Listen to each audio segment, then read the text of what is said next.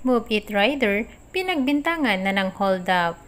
Isang Move It Rider ang nag-viral dahil pinagbintangan na di umano'y ng hold up ng kanyang pasahero.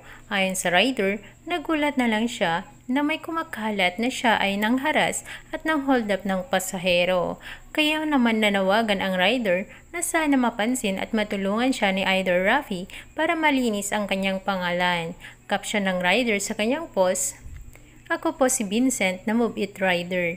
Nagulat po ako na mayroon na pong kumakalat na aligasyon sa akin na ako daw po ay nang hold up ng pasahero. Gusto ko lang pong linawin na hindi po totoo lahat ng mga yan. Hindi po ako nang hold up o nang harass ng pasahero. Na-drop ko po ang aking pasahero sa maayos at sa tamang drop-off point nito. Sa katunayan po niyan ay meron po akong next booking kaagad pagkatapos ng booking ni ma'am. Naipakita ko na din po sa Move It admin ang aking pong booking history.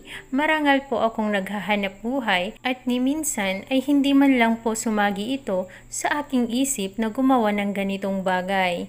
Naging napakahirap po ng mga ilang nakaraang araw dahil nasuspend po ako sa platform dahil sa investigasyon. Ako po ay naghahanap buhay para po sa aking asawa at 3 ko pong mga anak.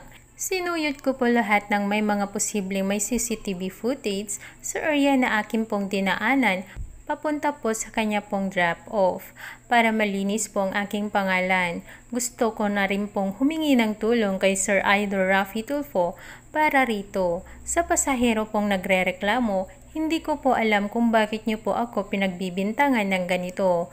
Ganun pa man, God bless po sa inyo. Lalabas pa rin po ang totoo, ma'am. Nakipag-usap na din po ako sa Move It at sa kapulisan. Nagbigay na rin po ako ng salaysay at sana po ay magkaroon na po ng hustisya para sa akin at para na din po sa aking pamilya pagkatapos ng investigasyon na ito. Sa mga nasa social media, ang dami ko pong nabasang masasakit. Pero wag po kayong manghusga kaagad-agad kapag may manghusga sa amin pong marangal na trabaho, lumalaban po kami ng patas.